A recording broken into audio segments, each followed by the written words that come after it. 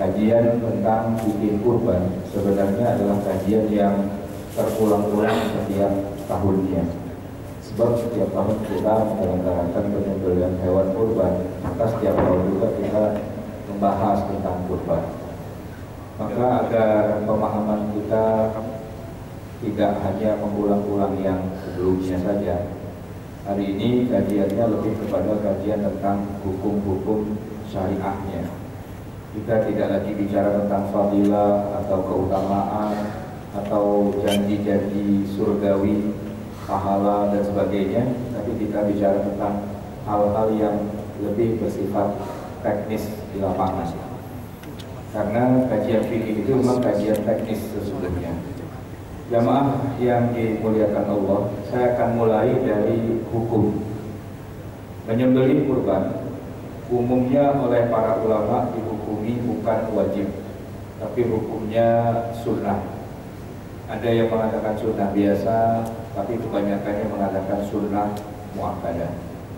Walaupun tetap ada juga yang mengatakan wajib, tetapi yang mengatakan wajib ini tidak terlalu mewakili kalangan para ulama. Alasannya melihat zahir hadis. Lahiriahnya ada hadis bunyinya, siapa yang punya keluasan harta dan dia tidak berkurban, maka jangan dekati tempat sholat kami. Nah, hadis-hadis seperti ini sebenarnya tidak secara sharih, tidak secara eksplisit menyebutkan hukum, cuma nawar saja, ya, tafsir saja yang kemudian ditarik kesimpulannya oleh sebagian ulama, nah berarti itu hukumnya wajib. Kenapa? Karena Nabi sampai bilang jangan dekati musola kami. Nah, sebenarnya banyak sekali teks-teks hadis yang sifatnya ancam-mengancam seperti ini. Misalnya, Nabi pernah mengancam orang yang tidak sholat berjamaah di masjid 5 waktu untuk membakar rumahnya. Wah, ini sampai rumahnya saja mau dibakar sama Nabi. Berarti apa nih hukumnya sholat 5 waktu berjamaah di masjid bersama imam? Berarti hukumnya wajib. Ada sebagian ulama yang menarik kesimpulan seperti itu. Tapi kalau kita lihat secara lebih luas perspektifnya, dari 4 mazhab itu yang mewajibkan hanya satu saja, yaitu mazhab Hambali. Mazhab-mazhab yang lain sama-sama menerima dan mensahihkan hadis itu, tapi tidak menarik kesimpulan bahwa hukumnya wajib. Mereka katakan hukumnya sunnah muakkadah dan seterusnya. Maka begitu juga dengan kurban. Yang mewajibkan adalah mazhab Hanafi. Selebihnya mengatakan hukumnya sunnah muakkadah. Bahkan ada istilah baru, bukan baru ya, kita baru dengar, padahal sudah lama. Istilahnya bukan, kalau fardu itu kan ada fardu ain, ada fardu kifayah. Nah, ini sunnah itu ada sunnah ain, ada sunnah kifayah. Yang mempopulerkan istilah sunnah kifayah, baru dengar ya, sunnah kifayah, ya kan? Biasanya kan fardu ain, fardu kifayah. Kalau sunnah itu kita jarang-jarang dengar ada sunnah ain, sunnah kifayah. Ternyata ada sunnah kifayah. Maksudnya apa? Kesunahan pekerjaan ini akan gugur begitu ada satu saja yang melakukannya. Kalau fardu ain contohnya apa? Sholat jenazah, ya kan? Jenazah itu wajib disolati, tapi tidak secara ain, dalam arti tidak setiap individu wajib menyolati. Cukup ada satu aja, satu orang yang menyolati jenazah itu selesai kewajibannya. Selebihnya yang lain jadi sunnah saja hukumnya. Istilahnya sunnah muakkadah lah. Tentu kalau ada jenazah di depan kita nggak sholatin, ya kebangetan banget. Itu akan menimbulkan ya fitnah dan sebagainya. Tapi secara hukum, kalau di depan habis sholat begini nih, kita sholat tadi zuhur gitu misalnya, terus ada panitia mengumumkan mohon jamaah tidak beranjak dulu karena ada jenazah yang mau kita sholati. Ya wajar-wajarnya sih, pantas-pantasnya, apalagi yang soft muka di depan ikut sholat lah. Kalau yang di belakang mau bolos-bolos nggak ketahuan gitu ya. Tapi yang depan itu malu-maluin kalau kabur begitu aja. Kecuali dia punya alasan yang sangat syar'i untuk tidak ikut sholat jenazah. Apa? Nggak bisa caranya. Gitu. Ada juga tuh Pak, orang nggak sholat jenazah. Saya kira kenapa gitu ya? Apakah jenazahnya ini punya utang atau gimana? Ternyata bukan. Dia nggak bisa, sederhana banget, nggak bisa usolinya Pak Ustaz. Oh jadi gara-gara nggak bisa usoli nggak sholat jenazah? Iya, kan sholat nggak sah kalau nggak pakai usoli. Nah ini kan kejauhan ilmunya. Nah jamaah sekalian, ya pantas-pantasnya orang Islam punya harta. Ya kalau ada kesempatan menyembelih kurban ya sembelihlah. Tapi bukan berarti kemudian hukumnya jadi wajib. Satu-satunya mazhab yang bilang wajib itu adalah mazhab Hanafi. Dan mazhab Hanafi sendiri mengatakan berdasarkan hadis itu ya, wajibnya itu tidak setiap tahun, wajibnya seumur hidup sekali. Sama dengan haji. Haji itu hukumnya wajib. Tapi begitu ada orang haji sekali saja, maka haji-haji berikutnya sudah sunnah. Nah, kalau menurut mazhab Syafi'i, hukum menyembelih hewan kurban itu sunnah kifayah. Saya tadi belum sempat jelasin. Jadi begini, sunnah kifayah itu adalah ibadah yang hukumnya sunnah, bukan wajib. Kalau ada satu saja yang sudah melakukannya, yang lain sudah gugur kesunnahannya. Dalam arti sudah tidak dianjurkan lagi. Cuma sunnah kifayah ini ada wilayahnya, ya kan? Kalau sholat jenazah sedunia ini tidak ada yang sholat, cuma satu aja yang nyolatin, berarti sudah gugur. Nah kalau ini sunnah kifayah ada radiusnya. Radiusnya adalah dalam satu keluarga. Dalam satu keluarga. Maka ibadah kurban ini saya lebih suka menyebutnya ibadah paket keluarga. Jadi yang mendapatkan pahalanya ya sekeluarga, tapi yang mengerjakannya cukup satu orang saja. Siapa? Ya tentu yang punya duit yang bisa beli kambing. Anak kecil yang umur 3 tahun kan dia nggak bisa beli kambing kan, nggak bisa nyembelihnya juga. Ya yang paling pantas atau yang paling masuk akal kepala keluarga, ayah. Jadi ayah itu mengeluarkan uang 2 juta, 3 juta beli kambing atau patungan sapi. Beliau sembelih, maka otomatis sekeluarga itu mendapatkan sudah keberkahannya, pahalanya, besok di akhirat ikut naik kambingnya. Tanpa si ayah ini harus menyebutkan nama satu persatu anggota keluarganya. Cukup seperti yang Nabi sebutkan, ya Allah, hadhil udhiyah, ya, hewan sembelihan ini untukku dan keluargaku. Maka satu keluarganya Nabi itu semua dapat kesunahan, dapat keberkahannya. Bukan berarti kemudian kalau ada anggota keluarganya yang nyembelih itu jadi tidak sah, tapi kesunahannya sudah selesai sebenarnya. Nah, coba kita perhatikan, yang nyembelih kurban itu selalu Rasulullah sebagai kepala keluarga, sebagai orang yang menanggung nafkah. Kita belum pernah mendengar kisah misalnya ada salah seorang istri Nabi itu nyembelih kurban. Atau Nabi juga tidak pernah bilang begini, ini kurban untuk istri saya yang bernama Aisyah, nggak pernah kan? Atau untuk anak saya yang bernama Ibrahim, atau Ruqayyah, atau Fatimah, atau Zainab, atau Ummu Kulthum, nggak ada. Karena begitu Nabi sembelih, otomatis pahalanya itu untuk sekeluarga. Nah, mirip dengan penyembelihan kurban ini, ada yang kita kenal dengan penyembelihan akikah. Kalau akikah secara teknis sama, nyembelih juga, syarat-syaratnya semua sama, tapi objeknya yang berbeda. Kalau kurban objeknya sekeluarga, tanpa disebut namanya pun sekeluarga sudah dapat. Tapi kalau akikah ini objeknya, sasaran tembaknya itu per kepala, per individu dari anggota keluarga kita.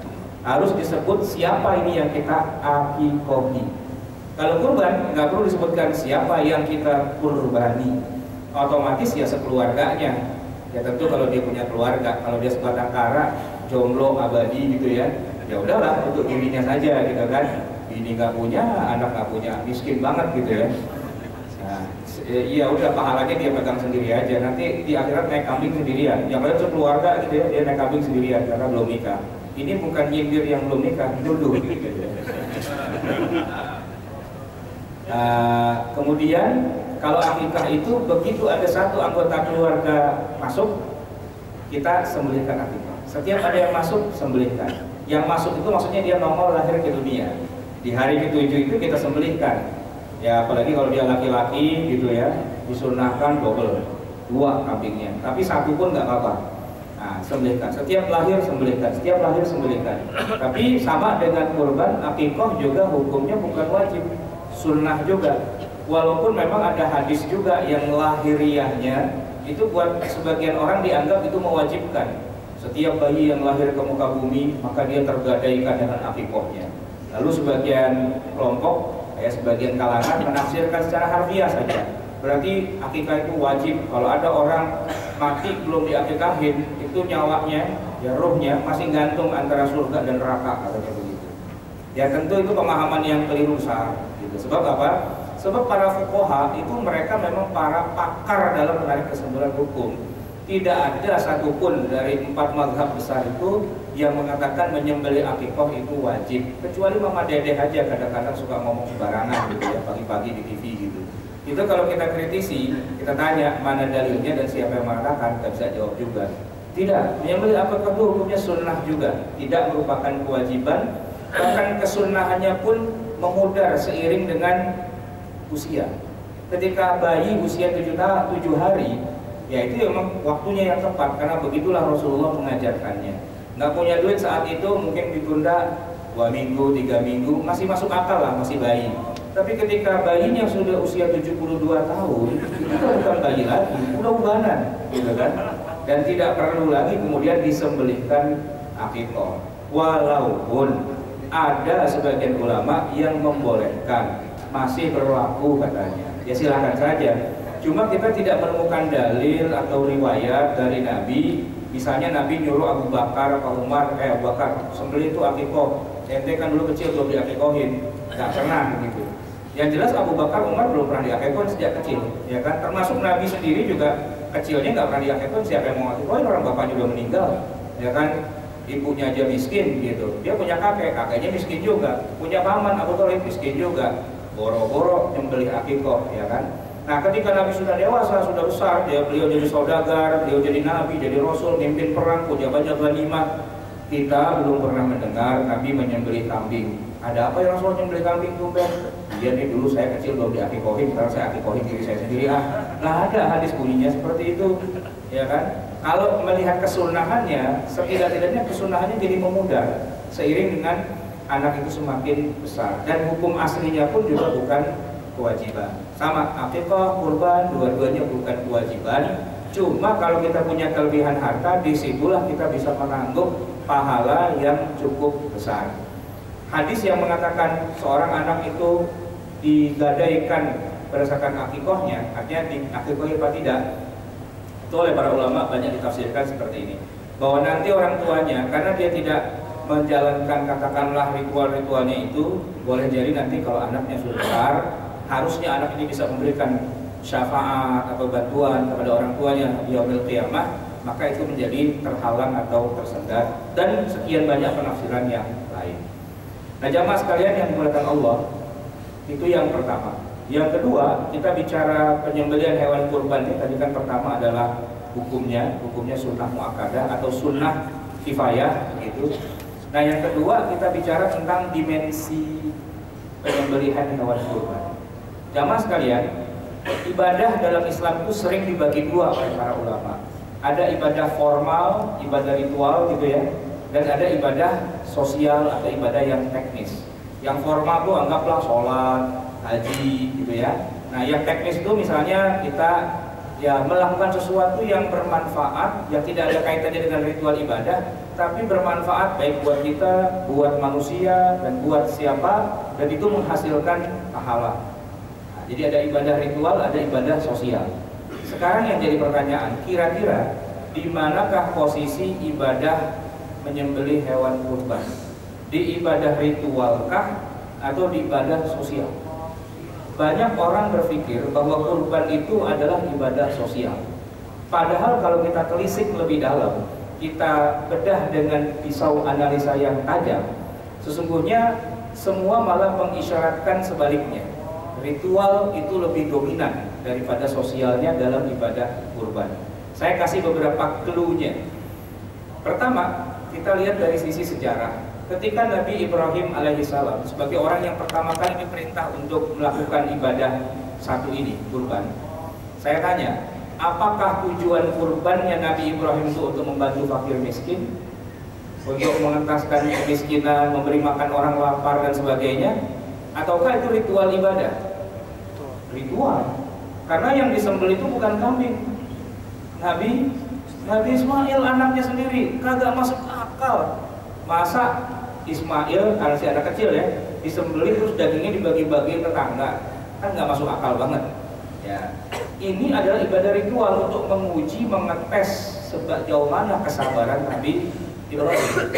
Bahkan ketika kemudian Allah ganti Nabi Ismail itu dengan seekor kambing yang gemuk dan disembelih beneran oleh Nabi Ibrahim, ternyata dagingnya pun tidak dibagikan kepada fakir miskin. Tidak. Ada yang tahu nggak kenapa Nabi Ibrahim tidak membagikan pada fakir miskin? Maka ada orang. Ya, karena saat itu tidak ada orang di situ, Pak. Itu padang pasir, ya kan? Cuman ada Ibrahim, istrinya Hajar, dan anaknya Ismail bertiga doang sekeluarga. Mau bagi-bagiin siapa tetangga kanan kiri? Itu Pak, padang pasir tandus, tidak ada tanaman. Ini bukan kecamatan Tambora yang banyak penduduknya padat, itu bukan. Jadi setelah disembelih, sebagian dagingnya dimakan, ya udah, diapain? Buang. Nah, itu menunjukkan bahwa menyembelih kurban itu tidak sama dengan it'amu masakin, memberi makan fakir miskin. Untuk memberi makan fakir miskin, syariat Islam itu sangat luas. Ada begitu banyak paket-paket ibadah lain yang memang desain awalnya ditujukan untuk membantu fakir miskin. Contohnya, bayar fidyah. Wanita hamil menyusui tidak bisa membayar dengan puasa, diganti dengan fidyatun ta'am miskin, kasih makan fakir miskin. Zakat di hari raya Idul Fitri, orang miskin tidak bisa makan, keluarkan makanan untuk ngasih makan fakir miskin. Judulnya ngasih makan fakir miskin dari awal. Ada lagi sedekah, ada lagi infak, bahkan ada lagi yang lebih hebat, yaitu sedekah jariyah alias wakaf. Jadi waktu itu Umar bin Khattab dapat ghanimah gede banget, yaitu kebun kurma. Ya. Nah, setiap tahun kurmanya ini berbuah, dan buahnya ini bisa dijual dengan harga yang mahal. Kalau Umar mensedekahkan begitu saja kebun kurmanya, dalam arti dijual, duitnya kasih baitul mal, habislah. Tapi kata Rasulullah, habas ta'aslaha, kamu tahan pokoknya, lalu berdermalah, bersedekahlah dengan hasilnya, dengan buahnya. Maka itu yang disebut dengan istilah sedekah jariyah, sedekah yang mengalir terus pahalanya alias wakaf. Nah, kalau kita judulnya mau ngasih fakir miskin, kita kasih wakaf saja. Kita punya perusahaan, kita punya usaha dan sebagainya, hasilnya tiap tahun ada, kita kasih makan. Nah, ngasih makan fakir miskin pun harus disesuaikan apa yang mereka makan. Tidak mentang-mentang Rasulullah makannya kurma, terus kita sekarang bayar zakat pakai kurma. Enggak doyan, Pak. Orang Indonesia dikasih zakat pakai kurma enggak doyan. Gitu ya. Kenapa? Karena bukan makanannya. Kurma itu dimakan oleh orang Indonesia, tapi ya cuma sekedar 2-3 biji aja, sekedar formalitas waktu buka puasa, geli-geliin perut doang sebenarnya. Kagak kenyang, ya nggak ada makan kurma kita itu makan pagi kurma, makan siang kurma, makan malam kurma, kagak ada. Sariawan yang ada, atau beli jontor gitu kan, karena bukan makanan kita. Nah, Nabi karena tiap hari makanannya kurma sebagai makanan pokok, beliau bayar pakai kurma. Nah, tetapi balik lagi, yang namanya kurban ini bukan ibadah sosial. Kurban itu ibadah ritual, tidak bisa diganti dengan nasi kotak, tidak bisa diganti dengan nasi padang, apalagi nasi bungkus, apalagi nasi warteg, nggak bisa. Kalau judulnya cuma mau ngasih makan fakir miskin, kita kasih yang sesuai dengan apa yang mereka doyan. Jangan kasih daging kambing. Orang miskin, Pak, jarang-jarang makan daging kambing, dikasih kambing, dia makan 30 tusuk, kolesterol, langsung stroke dia, ya kan? Karena nggak sesuai. Nah, tapi karena ini ibadah ritual, maka dari sisi pilihan hewannya saja, ini harus hewan yang kalau bukan kambing, sapi, ya unta, dengan sevariannya lah. Kalau sapi itu ada saudara sepupunya namanya kerbau gitu ya. Kambing juga ada Pak saudara sepupunya, cuman adanya di Garut. Saya kalau ke Garut Pak, itu salah melulu bilang ini kambing ya, bukan Pak Ustadz, itu domba. Oh iya, domba kan kambing juga. Beda Pak Ustadz.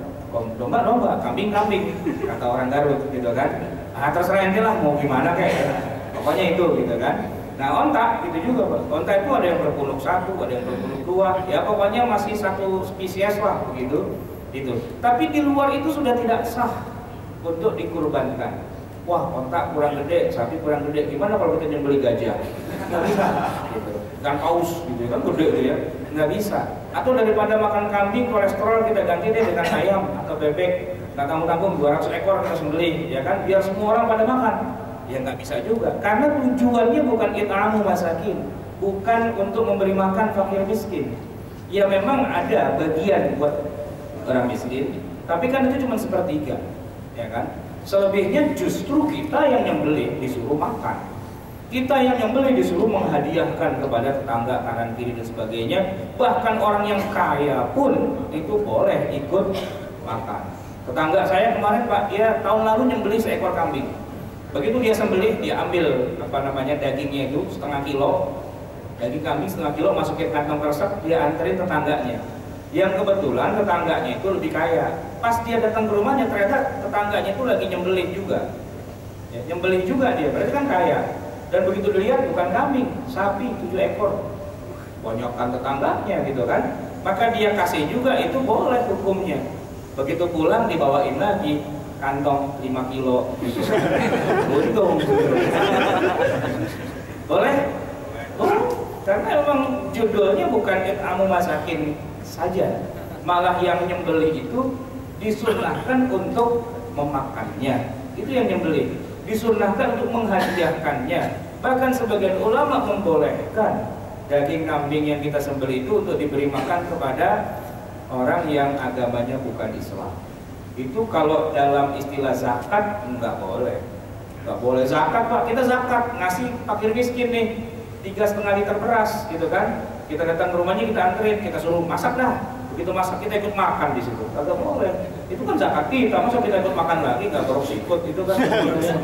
Iya kan, pemberian kita makan lagi nggak boleh, ya kan? Begitu juga zakat itu tidak boleh kepada orang kaya gitu. Datang ke rumah orang kaya mau bayar zakat gitu, nggak boleh. Ya walaupun ada juga sih kalangan-kalangan tertentu yang masih bayar zakat sama Pak Ustadz gitu ya. Dipikir asalkan Ustadz berarti miskin gitu ya. Padahal nggak juga, maka dia itu punya Pajero, kebanyakan dia duitnya. Nah, jadi Ustadz itu tidak masuk dalam 8 asnaf zakat, nggak masuk. Mau cari dari sisi yang mana pun nggak masuk gitu loh. Kecuali Ustadznya mungkin mu'alaf. Ada kan ustaz tapi mualaf gitu ya, baru 2 bulan masuk Islam langsung jadi ustaz. Kita yang dari kecil jadi Islam kagak jadi ustaz jadi ya tiba-tiba jadi ustaz. Ada tuh begitu di Indonesia begitu kan, ya ustaznya mualaf gitu, baca Fatihah aja kagak lempeng gitu kan, tiba-tiba jadi ustaz. Ya, emang Indonesia apa aja bisa terjadi sih ya. Tapi maksud saya begini, bahwa yang namanya zakat itu bebas diberikan kepada kurban itu bebas diberikan kepada siapa saja, boleh memakannya dan tidak harus hanya kepada fakir miskin. Nah jamaah sekalian yang dimuliakan Allah, ada beberapa ritual ini terkait dengan bukan sah tidak sah, tapi bicara afdal tidak afdal, bicara banyakkan mana dapat pahalanya.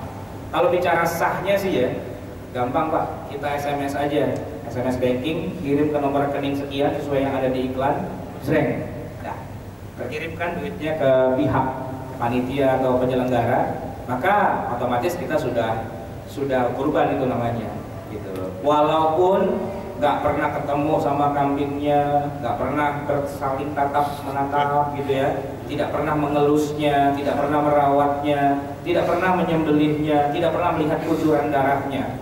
Walaupun tidak dilakukan itu semua, tapi kalau bicara hukumnya sah apa tidak, jawabannya sah sih sah. Sah sih sah ya. Kayak gini kira-kira sholat Jumat ya kan, sholat Jumat itu Pak, ini bocoran aja jangan disebar-sebarin ya.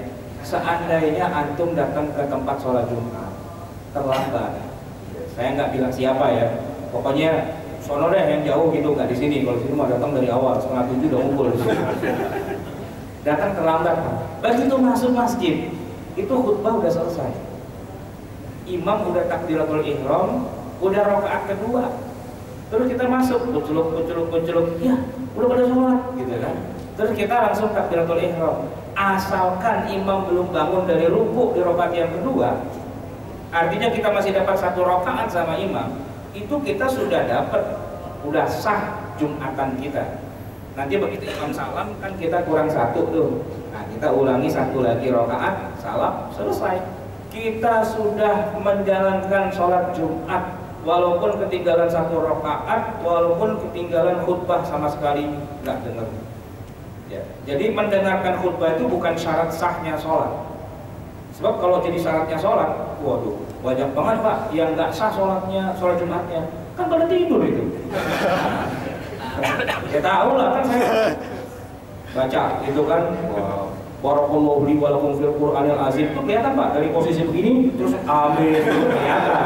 Oh enggak lemah itu kelihatan itu. Nah, kalau dibilang sah tidak sahnya sholat Jumat itu harus mendengarkan khutbah, berarti kebanyakan orang itu tidak sah sholat Jumat. Ini bicara hukumnya. Tapi bicara fadilahnya kita semua sepakat. Yang paling afdol sholat Jumat itu ya kita ikut khutbahnya. Bahkan bukan pas khotib naik mimbar, jauh sebelumnya itu udah datang, 6:30 itu bagus, gitu kan? Marbot kali ya 6:30 udah datang. Ya istilahnya kalau diibaratkan para ulama kita bilang datang paling awal dapat onta, datang berikutnya dapat sapi, kambing, ayam. Tapi kalau yang datang udah pas imam takbiratul ihram itu dapat telur cicak sebelah doang keinjek lagi. Artinya udah jangan ngomongin pahala dah, sah sih sah, tapi jangan ngomongin pahala, udah kejauhan. Nah begitu juga ritual ibadah kurban. Ustaz, saya pengen bantu teman-teman kita di Palestina, jadi saya kirim aja ke sono gitu duitnya. Boleh, siapa bilang kagak gitu. Cuman kalau ente mau bicara afdolnya, kirim ke Palestina jangan duit kurban, duit yang banyakkan dikit buat beli peluru, buat beli obat, itu lebih tepat karena yang dia butuhin peluru dan obat kan gitu. Kalau kita kirim sapi, ya kerjaan lagi, kita lagi perang suruh potong sapi lagi. Iya kan gitu. Ya mereka terima jadi aja harusnya, nggak usah kita bawa-bawain sapi gitu loh. Itu maksudnya. Tapi ya tidak apa-apa juga tebar kurban ke seluruh dunia dan sebagainya, silakan saja. Cuma kalau menurut saya kita datang ke tempat-tempat yang orang kesusahan dan sebagainya, kita harus lihat apa yang mereka butuhkan. Korban bencana alam butuh apa? Oh butuh makan, butuh air, butuh apa? Ya udah kita kasih sesuai dengan apa yang mereka butuhkan. Jangan kita kirim kambing, sapi dan sebagainya, itu jadi kerjaan lagi buat mereka. Nah buat kita yang paling afdol itu kita melakukan ritual. Ini ritual saja, tidak merupakan kewajiban. Hukumnya sunnah. Kalau mau dapat pahala lebih banyak. Apa? Pertama Pak, pertama tentu beli kambing, itu nomor 1 Pak. Ya. Karena tidak ada istilah kurban kalau nggak beli. Gitu. Jadi kita datang ke tukang jualan kambing, sapi dan sebagainya. Itu nomor 1. Boleh titip, boleh, tapi afdolnya kita beli sendiri. Sebab dengan beli sendiri kita bisa melihat perbandingan. Ini kambing bagus, ini kambing kurang bagus, ini kambing innalillahi, miskin banget nih kambing, kagak enak dilihat ya. Dilihat dari samping badannya goyang-goyang, dilihat dari belakang templek banget tuh kambing gitu kan, hampir mirip dengan wayang kulit gitu. Nah kalau kita mau ibadah kurban yang benar, yang nilainya tinggi, kita carinya yang paling gemuk. Di dalam hadis Nabi disebutkan yang kekar badannya, kalau perlu yang bulunya paling lebat. Walaupun tidak harus diterjemahkan secara harfiah ya. Kalau makin lebat bulunya makin bagus, berarti jangan beli kebo, beli kambing, kebo kagak ada bulunya gitu kan. Enggak begitu maksudnya, tapi yang gagah kambingnya. Jadi kalau di zaman Rasulullah itu kebanyakan rata-rata para sahabat punya kambing sendiri karena mereka beternak kambing. Kalau mereka punya kambing 20, 30 gitu, pilihlah di antara semua kambing itu yang paling bagus. Ini kurban Pak. Ini bukan upaya menggugurkan kewajiban. Beda gitu loh. Kalau emang nggak mau kurban nggak usah aja mendingan. Daripada beli kambing malu-maluin, beli sapi malu-maluin gitu ya. Belilah yang terbaik gitu. Ibarat kata kita mau nikah nih Pak. Ya. Nikah itu kan sebenarnya cukup udah sah. Asalkan bapak mertua sama saya ngobrol berdua. Kata calon mertua saya bilang, Ustaz, saya punya anak perawan satu-satunya, mau nggak saya nikahin sama anak saya? Kalau saya bilang mau, gitu, itu sah Pak. Gitu. Ya, kita kebetulan lagi naik motor berdua, pas berhenti di lampu merah, di samping ada tukang ojek lagi mojekin temennya, gitu kan? Dua orang tukang ojek itu langsung jadi saksi, sah, gitu. Pulang udah jadi suami saya, udah punya bini, gitu kan? Kalau ngomong hukum sahnya, tapi kan mana ada orang kawin di pas lampu merah berduaan lagi naik motor, kan nggak ada. Tetap ada yang namanya buaya tengkurap, gitu kan? Kalau orang Betawi, ya kan? Ada palang pintu, apalagi orang Jawa paling susah nentuin tanggal harinya itu kan dihitung-hitung dulu tuh, hari aja lama banget hitungnya, ya kan? Nah, jadi ada banyak ritual-ritualnya. Nah, kurban itu ada ritualnya juga sebenarnya, nggak cuma asal sah doang. Nah, setelah kita bawa pulang kambing itu, Pak, yang paling bagus kambing itu kita rawat. Pertama kita kasih kalung, kalungnya diikatkan ke tiang apa tembok apa biar nggak kemana-mana. Itu ada nasnya. Sebab di masa Rasulullah dulu, ini kalau kambingnya nggak ditetapkan, ya nanti bisa tukar-tukar. Karena kambing yang paling bagus yang dipilih dikeluarkan dari kumpulannya, dari kandangnya, ditaruh di kamar yang terpisah, ya di tempat yang ya VIP lah begitu, ya di situ. Kemudian kambing itu dirawat, dikasih makan yang banyak, kasih minum yang baik. Bahkan termasuk juga ada sunnahnya di tajlil. Apa itu tajlil? Kambingnya itu diselimuti. Wah, mantap nih, kambing keren, ya kan?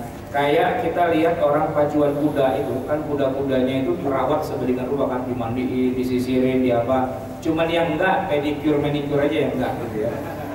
Itu sunnahnya. Yang ketiga, setelah kita udah punya kambing itu, sunnahnya kita serahkan kepada Allah dengan ikrar. Ya Allah, inilah kambing yang aku persembahkan untukmu di hari raya nanti Idul Fitr. Aku sudah serahkan kambing ini untukmu. Jadi ada penyerahan kita kepada Allah. Kepada kambing, kambingnya kita usap, ya, kita ajak bicaralah kambingnya itu. Wahai kambingku tercinta, malam ini adalah malam terakhir bagi kita untuk melepaskan rasa rindu di dada. Esok hari, paling enggak di situ kita ada ta'alluf dengan kambing kita itu, dan nanti disunnahkan juga buat kita, bukan wajib, disunnahkan. Ketika kita sudah serahkan kambing ini kepada Allah, kitanya pun ikut tidak memotong rambut, tidak memotong kuku. Tapi itu dilakukannya sesudah masuk bulan Zulhijjah nih, kayak sekarang ini. Jangan 3 bulan sebelumnya, kagak potong-potong rambut, kagak potong-potong kuku itu, ya kan? Ketika sudah masuk Ashru al-awwal min Zulhijjah, itu sunnahnya. Dan tentunya ada ketentuan bahwa setelah kambing ini kita persembahkan pada Allah, sebelum disembelih ya, ketika masih hidup, itu ada ketentuan bahwa kambing ini sudah tidak boleh lagi diperjualbelikan. Haram hukumnya dijual. Kalau ada teman kita datang ke rumah naksir sama tuh kambing gitu ya, terus dia mau nawar, kita bilang kagak bisa. Kenapa? Ini udah bukan kambing saya lagi, udah saya serahkan kepada Allah, tidak bisa diperjualbelikan. Udah saya bayar 2 kali lipat, nah itu beli berapa sih? Berapa aja, saya beli 5 juta, udah saya bayar 10 juta, kagak bisa.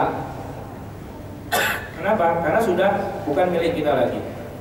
Nah, kemudian sunnahnya, ritualnya lagi pada hari H, setelah kita sholat Idul Adha, kitalah yang menyembelih kambing itu dengan tangan kita sendiri. Boleh diwakilkan? Boleh. Cuman afdolnya tetap kita sendiri yang menyembelihnya. Karena disitulah letak ritualnya, disitulah ada doanya, dan disitulah Allah curahkan maghfirahnya. Sunnahnya tuh Pak, kambing itu kita baringkan pelan-pelan di atas tempat penyembelihannya, dengan cara kambing itu menghadap ke kiblat. Karena kita di Indonesia, kiblat kita berarti barat, kepalanya di utara, kakinya di selatan. Kitanya di belakang kambing, ngadep kiblat juga. Ada sunnah lagi, sebelumnya kita ngasah pisau dulu yang tajam. Maksudnya tentu biar penyembelihannya bisa dilakukan dalam waktu singkat, sereset langsung selesai. Jangan sampai golok kita masih gompal-gompal atau masih karatan begitu ya. Lalu kita gergajinya, bukan jadi disembelih, jadi digergaji kan, bret gitu kan, kenyal, kagak putus-putus, itu kambingnya tersiksa Pak. Kalau dia bisa ngomong, kambingnya bilang, nyembeli tapi gak gini juga kali caranya, neksa ini namanya. Tapi kalau bisa ngomong tuh dia akan protes gitu. Makanya yang bagus tuh antum sebelum nyembeli itu beberapa hari sebelumnya latihan dulu lah, push up apa segala macam biar tangan kuat. Soalnya megang pisau tuh nggak sembarangan gitu ya. Pertama pisaunya harus tajam, yang kedua powernya harus ada. Megang pisau cuma begini doang, begini ya kambing berontak mental pisaunya, kita kabur, ya bangun dulu kita mengambil, kagak jadi korban namanya. Nah jadi pegang pisaunya yang kuat. Kalau kita lihat yang profesional dalam hal ini adalah jagal tuh sehari bisa 20-30 itu bisa sambil merem aja karena udah jago kan. Kalau kita kan enggak, ya kambing udah pegangin sana, pegangin sini, pegangin sana, masih bingung, ini yang mana nih gitu kan. Ya nggak apa-apa, pelan-pelan. Bismillahirrahmanirrahim, ada doanya. Ya Allah, hadhil udhiyah minka wa ilaika fataqabbalha ya Allah. Maka kita baca Bismillahirrahmanirrahim. Itu kalau yang udah jago Pak, sekalian ya. Kalau pakai ditarik lagi udah bisa tuh. Gitu. Kayak pasukan komando, kalau lagi bunuh orang Pak, masukin belatinya tuh di sini. Langsung ditarik, putus semua. Tapi itu harus latihan Pak. Ya kita latihan dulu lah, maka ada bawang pisang kayak mau apa gitu ya, biar tangan kita kuat. Jadi sunnahnya tidak lama, maka jangan begini bolak-balik gitu kan, kelamaan kata kambing gitu. Nah maka itu yang bagusnya. Nah begitu darahnya muncrat membasahi bumi, itulah waktunya Allah meruntuhkan dosa-dosa kita. Di situ letak nilai ritualnya, gitu. Nah oleh karena itulah maka kita disunnahkan nanti begitu kambingnya sudah tergeletak. Ini tambahannya juga, sunnahnya adalah kita ikut memakan dagingnya. Sunnah yang kedua, kita mengambil dagingnya juga kita bagikan kepada teman, saudara, handetolan, siapapun, termasuk mungkin atasan kita, calon mertua dan sebagainya, silakan aja untuk kita hadiahkan. Nah kalau masih ada sisanya, silahkan sisanya kita bagi juga kepada fakir miskin. Itulah inti dari poin nomor 2, bahwa nyembelih kurban itu bukan ibadah sosial, tapi itu adalah ibadah ritual yang disebut ghairu ma'qulil makna. Maknanya itu nggak bisa dicerna secara akal sehat. Mana masuk akal sih? Masa Ibrahim suruh nyembelih anaknya Ismail? Nggak masuk akal kan? Nah ini ibadah ritual Pak. Sama, nanti di dalam haji itu ada ibadah ritual. Misalnya orang haji Pak, atau umroh ya, ada yang namanya ritual jalan dari Bukit Sofa ke Bukit Marwah. Itu jaraknya lumayan, 500 meter. Sampai Marwah, balik lagi ke Sofa, gitu kan? Udah, kan 1000 tuh ya, balik lagi ke Marwah. Terus gitu sampai 7 kali putaran, 3,5 kilo. Pertanyaannya, itu maksudnya ngapain sih jalan bolak-balik? Mungkin sebagian orang bilang, itu kan dulu sejarahnya Siti Hajar lagi kebingungan, anaknya nangis-nangis minta air, dia nyari air, sono bolak-balik nggak dapat, nggak nemu. Gitu. Iya, itu mah sejarahnya begitu. Tapi ketika sudah jadi ibadah ritual, ini judulnya orang sa'i ini bukan nyari air Pak. Sebab orang sa'i udah bawa botol masing-masing. Kalau judulnya cuma mau nyari air, minum aja. Udah selesai, udah nggak haus lagi, udah selesai kan sa'inya berarti kan. Nah, tapi nggak begitu. Bahkan di tempat sa'i itu ada wastafel banyak, air zam-zam, kita bisa berhenti ngasok, minum dulu. Kalau bilang yuk terusin lagi, nggak usah lah kan udah dapat air gitu. Ya nggak begitu kan, karena tujuan sa'i bukan nyari air. Sebagaimana tujuan kurban bukan bagi-bagi rezeki kepada fakir miskin, bukan itu tujuannya. Orang dalam ibadah haji itu ada mabit di Mina, dan siang hari selama 3 hari di Mina itu kita kan ada ritual melempar jumroh, ya kan, pakai batu kerikil kecil-kecil dilempar. Pertanyaan saya adalah, sebenarnya waktu lagi ngelempar itu kita ngelempar apa sih? Melempar setan. Banyak kan bilang gitu, wah iya kita melempar setan. Banyak Pak yang maksudnya tuh dia mengartikan itu melempar setan. Makanya kadang-kadang yang saya lihat bukan batu kerikil Pak yang terbang itu, kadang-kadang ada sendal, ada kayu, apa aja gitu. Wah gitu, dia mikir dia lagi melempar setan. Padahal kalau memang benar yang dilempar itu setan, berarti setannya bego banget. Kenapa? Ya udah tahu lagi dilemparin di situ, kenapa kagak ngeles aja, minggir gitu kan, susah-susah amat. Gitu. Kalau memang setannya benar ada di situ, ya kan? Berarti setan bego yang ada di situ. Dilemparin diem aja, ngeles dong gitu. Ya tentu setannya nggak ada di situ Pak. Terus kalau memang masih kita ngotot bilang setan juga, ya berarti yang ngelempar yang bego kan gitu. Udah tahu kagak ada setan, masih dilemparin juga. Gitu. Nah oleh karena itu kalau memang benar tujuannya ngelemparin setan, jamaah haji itu ada pembimbingnya minimal dari pasukan tim pemburu hantu, ya kan? Harus dibawa, gitu kan? Sebentar, jangan lempar dulu.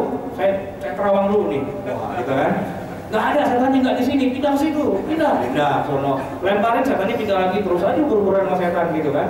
Tapi tempatnya berarti bukan di tempat jumroh berarti, kan setannya juga bisa kabur, gitu kan? Lagian kalau memang benar-benar tuh ngelempar setan, nggak masuk akal juga, kan setan tembus pandang, ya kan? Dia kayak kita giniin aja nggak bisa kena, nah apalagi pakai batu lebih nggak kena lagi kan gitu.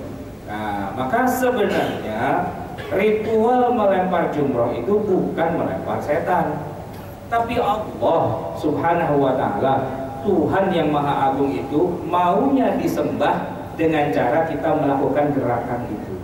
Nah itu aja. Makanya khusus ibadah-ibadah ritual itu Allah kirim seorang Nabi Muhammad SAW mengajarkan gini loh caranya sa'i, gini loh caranya lontar, gini loh caranya ruku, gini loh sujud. Kalau kita tanya apa rahasia di balik itu semua, nggak ada, nggak masuk di otak kita tuh nggak masuk Pak. Ibadah kurban gitu juga. Coba Bapak bayangkan di hadis-hadis kita disebutkan nanti di akhirat siapa yang beli hewan dia akan naik hewan itu. Coba mikir pakai logika yang masuk akal gitu ya. Emangnya kita ntar mau naik kambing di akhirat? Apa kagak pede untuk mau kambing mesret kali ya? Lagian naiknya sekeluarga lagi. Mau naruh di mana? Bapaknya juga kagak muat, tapi lagi emaknya sama anaknya 12 lagi anaknya naik satu kambing. Kalau pakai logika itu nggak masuk akal. Nah makanya membacanya bukan dengan logika. Membacanya ini adalah ibadah ritual. Ya namanya ibadah ritual, jangan di logika-logikakan karena nggak akan masuk akal. Nah kita tinggal mengikuti saja, itulah ritualnya. Maka begitu kita sembelih, dagingnya itu sudah nggak ada urusan lagi sama kita. Seandainya Pak, seandainya begitu kita sembelih dagingnya kita buang begitu saja, itu ritualnya sudah dapat dan sudah sah. Seandainya kita nggak makan, kita nggak bagian fakir miskin, sudah sah. Karena intinya pada penyembelihannya itu. Dan apa yang terjadi di Mekah sana, tepatnya di Mina, pusatnya orang yang beli hewan kurban. Jadi Pak kalau di Mekah itu kita nggak akan melihat kambing dijual di pinggir jalan, nggak ada yang jual Pak. Dan nggak boleh juga disembelih sembarangan, hanya boleh di rumah potong hewan. Untungnya yang ngomong begitu gubernur Mekah, bukan gubernur Ahok. Kalau bilang Ahok, wah ini berarti mentah Islam nih gitu. Kalau di Mekah Pak, kita nggak lihat ada orang sembarangan gitu nyembelih kambing di mana-mana, enggak. Itu kan Jakarta, ya kan. Tapi kalau Mekah berarti orang nyembelih itu memang di rumah potong hewan, dikhususkan di situ. Begitu disembelih, itu udah nggak ada yang sempat lagi untuk ngurusin cincang, nimbang, bagiin, kagak ada Pak. Kagak ada panitianya. Lagian juga tidak ada masyarakat yang nunggu antrian, nggak kayak kita di Indonesia. Itu yang namanya Mina, padang pasir, boro-boro panitia. Masyarakat miskinnya pun nggak ada. Yang ngumpul di Mina itu cuma jamaah haji doang. Memang jumlahnya banyak banget, bisa sampai 2-3 juta. Dan hewan yang disembelih jumlahnya kurang lebih sama. Jadi begitu sembelih, buang, sembelih, buang, sembelih, buang. Kenapa? Udah kagak ada yang ngurusin lagi, ya kan? Nah, terus kemana tuh badannya atau tubuhnya itu? Siapa yang makan? Nggak ada yang makan. Jadi busuk aja udah begitu. Ya, jadi busuk. Yang makan yang pesta pora hewan-hewan liar, serigala, gitu ya. Hewan apa? Burung-burung makan bangkai, belatung, cacing, tanah, apa segala itu aja. Makanya sampai beberapa hari ke depan setelah Idul Adha itu, Mina itu akan berubah jadi kubangan tempat pestanya hewan-hewan liar. Pertanyaannya, apakah ibadah kurban, hadiyu dan penyembelihan dam mereka itu sah? Hukumnya sah, karena memang ritualnya begitu. Adapun kita bilang mubazir amat, ini masalah mubazir Pak, ini tergantung cara pandang bangsa. Nabi SAW sendiri Pak, itu kalau yang namanya nyembelih kurban, yang dimakan cuma pahanya doang. Paha 4 itu yang dimakan, palanya dibuang, kakinya dibuang, buntut jeroan dibuang, apalagi kulitnya kagak dimakan Pak. Yang dimakan cuma pahanya doang. Itu kalau kita ngelihat orang Indonesia ngelihat Nabi ngebuang-buangin gitu, kita akan bilang innal mubazzirina kanu ikhwana syayatin gitu. Mubazir amat gitu. Kata Nabi, enggak, emang ini dibuang gitu. Dibuang karena orang Arab tidak makan, Pak. Tidak makan yang namanya jeroan, yang namanya kaki, itu enggak dimakan. Kita orang Indonesia ini bangsa yang memang terkenal anti mubazir. Jadi satu tubuh hewan itu utuh itu habis semua, Pak. Habis, semuanya kemakan, ya kan? Coba kita lihat, itu yang namanya kepala kambing, kepala sapi itu kalau di Mina, Pak, dibuang. Gitu. Di Mesir, Pak, ini adik-adik saya kan pada kuliah di Mesir. Itu kalau kita beli ayam potong, ayamnya masih hidup, kita ke pasar tradisional terus dipotongin sama tukangnya. Begitu disembelih, kepala sampai leher ke bawah sampai ke badan itu dipotong, masukin tong sampah. Mahasiswa kita belanja, bingung, dibuang. Terus ayamnya dipotong lagi, dua-duanya, masukin tong sampah, dibuang. Terakhir buntutnya itu, buang juga. Nah, yang paling mengenaskan itu cekernya ke bawah itu, Pak, dari dengkul, masukin tong sampah. Orang kita bingung, kita kan beli ayam, kenapa dibuang-buangin semua? Kata orang Mesir, itu wasakh, itu kotoran, itu kita nggak makan. Jadi ente ambil ini aja. Kata orang Indonesia, tapi yang di tong sampah itu boleh kita minta lagi? Orang-orangnya bingung, itu kotoran. Ya enggak, kita ambil boleh nggak? Ya boleh lah katanya. Ya boleh, diceker-cekerin lagi kan diambil. Besoknya mahasiswa kita pintar, datang ke tukang ayam, nggak beli ayam, nungguin aja di samping samping tong sampahnya itu kalau dia beli ayam. Kita boleh ambil ini kan? Boleh ambil gitu. Jadi kita nungguin cekernya aja gitu kan. Cuma setelah bertahun-tahun itu tukang ayam orang Mesir itu lama-lama ngerti, lu buat apaan sih begitu semua? Ternyata kan kita bikin, wah ada ceker ayam, ada macam-macam kan. Lama-lama yang tukang sampah dihargai juga. Wes nggak gratis ini, ada bayar dia.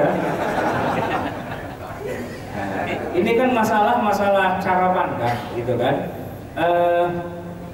Kepala sapi itu, Pak, kalau di Indonesia semuanya kepake, bahkan itu harganya mahal. Kalau kita bawa ke tukang daging, paling tidak 250.000, 300.000 itu masih laku. Itu nanti sama tukang dagingnya itu dipretelin, Pak, onderdilnya semua masih bisa kepake gitu. Ya kan, lidahnya sama orang Padang dibeli jadi sate Padang gitu. Hidungnya sama orang Surabaya jadi rujak Singur gitu, ya kan. Nggak tahu udah tuh otaknya semua orang makan, ya kan. Terus ke belakang buntutnya jadi sop buntut, ya kan. Jeroannya, nah soto Betawi kan gitu. Kakinya di Tanah Abang banyak tuh sop kaki. Kulitnya masih bisa dimakan, Pak. Kita orang Indonesia tuh kulit bisa dimakan. Kalau di sana kan paling jadi tas, jadi dompet. Di kita nggak jadi tas, jadi dompet, dimakan kulitnya, ya kan. Namanya kerupuk kulit, atau kalau di Jawa Tengah itu namanya krecek, nah gitu. Tadi ada bilang torpedo ya, torpedonya aja masih laku, Pak. Nggak ngebayangin itu ya, waktu lagi hidupnya kayak gimana, tapi banyak yang doyan di daerah Cilandak itu, banyak itu soto torpedo. Begitu saya lihat, tuh ibu-ibu semua yang pada makan. Nah, itu orang Indonesia, Pak. Tapi kalau orang Arab, Rasulullah itu nggak suka, Pak, makan begitu-begitu. Bahkan yang namanya jeroan, Pak, itu tidak dibilang najis, tidak dibilang haram, tapi mereka menganggap itu benda yang sangat hina. Dan bahkan lambang dari kehinaan itu adalah jeroan. Makanya ketika Nabi dimusuhi oleh Abu Lahab ini memusuhi Nabi dengan segala cara, dari ucapan dan perbuatan. Salah satu perbuatan yang paling memalukan adalah melempari pintu rumah Rasulullah dengan 2 ember jeroan. Tak di situ jeroannya, gitu. Wah, itu yang protes, Pak, bukan cuma Rasulullah dan umat Islam. Sesama orang kafir saja protes. Abu Jahal bilang kepada Abu Lahab, jangan segitunya juga kali, musuhan sama Muhammad. Tapi yang profesional dikit, masa dikasih jeroan begini? Putus nih hubungan kita kalau begini urusannya, angkatin. Gitu. Abu Lahab dibilang begitu, akhirnya diangkatin lagi sama dia. Gitu. Karena emang dia tahu ini tidak berperi kemanusiaan, melanggar kata santunnya orang Arab. Gitu. Sampai Abu Jahal bilang kita putus hubungan. Gitu. Itu kan Nabi ya, orang Arab. Coba yang digituin kita, orang Indonesia. Buka pintu, apaan nih? Jeroan. Alhamdulillah. Sering-sering aja kita dihina seperti ini karena penghinaan ini sangat menguntungkan kita. Jadi Pak, kalau urusan itu dibuang-buangin itu buat orang Arab nggak ada masalah gitu. Tapi kita emang Indonesia itu apa sih yang nggak jadi makanan? Semua jadi makanan. Nasi basi aja jadi makanan Pak. Udah jadi kerak aja jadi makanan. Orang Betawi makannya kerak telur gitu kan. Ada sego intip gitu kan kata orang Jawa. Macam-macam. Ini emang kreativitas kuliner bangsa Indonesia itu kan luar biasa. Jadi hewan-hewan kurban itu hampir tidak ada yang tidak bermanfaat. Bahkan sampai ada yang makan darahnya juga.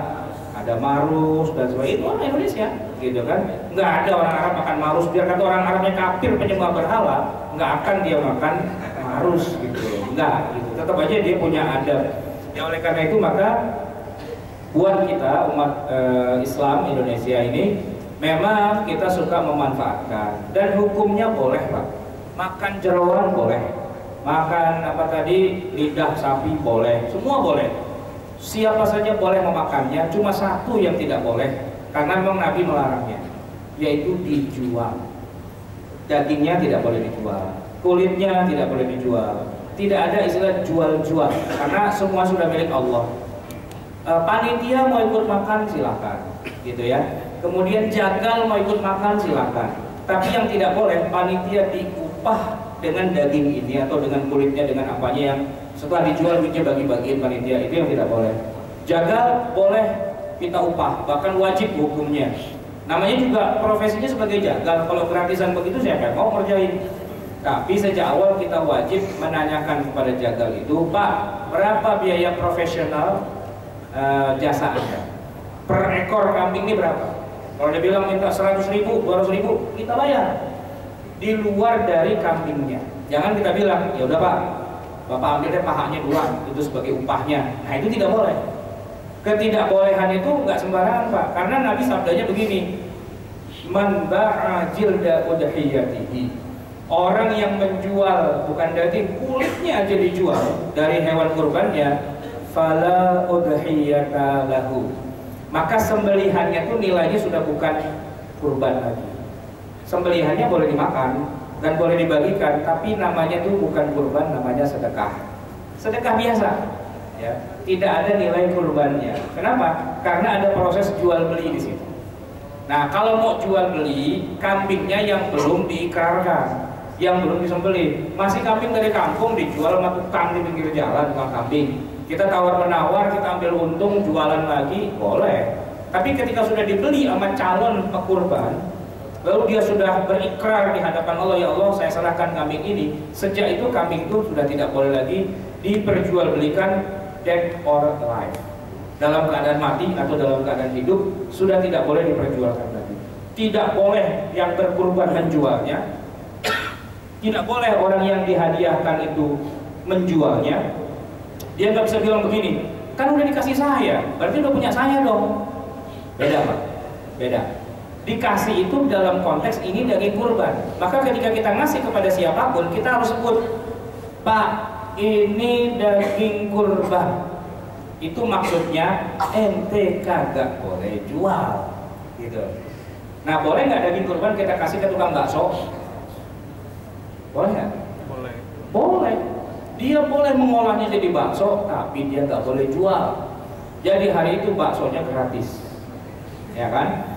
Yang dijual mie-nya aja, gitu. Yang dijual kuahnya, ya kan? Bumbunya, kerupuknya, apa segala macam silahkan dijual.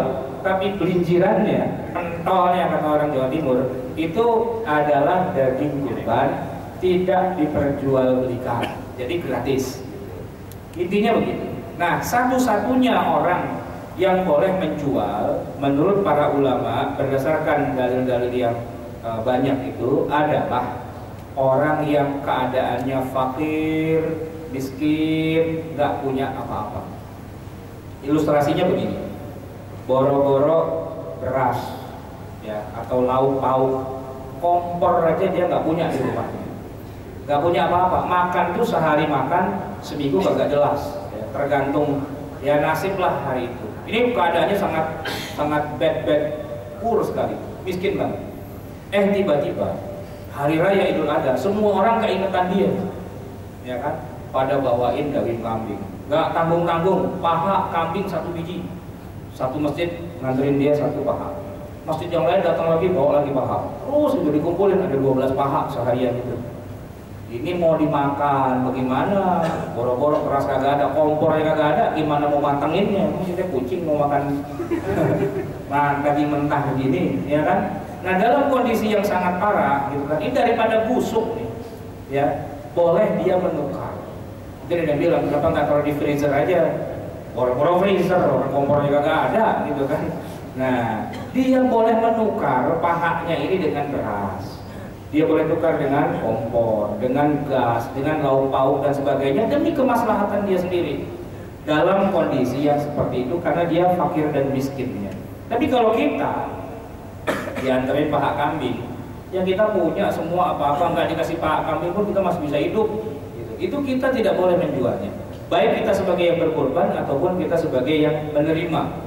Gitu. Kecuali kita menerimanya dalam konteks kita tadi orang miskin, itu boleh dia menjual, baik itu kulitnya, kakinya dan sebagainya.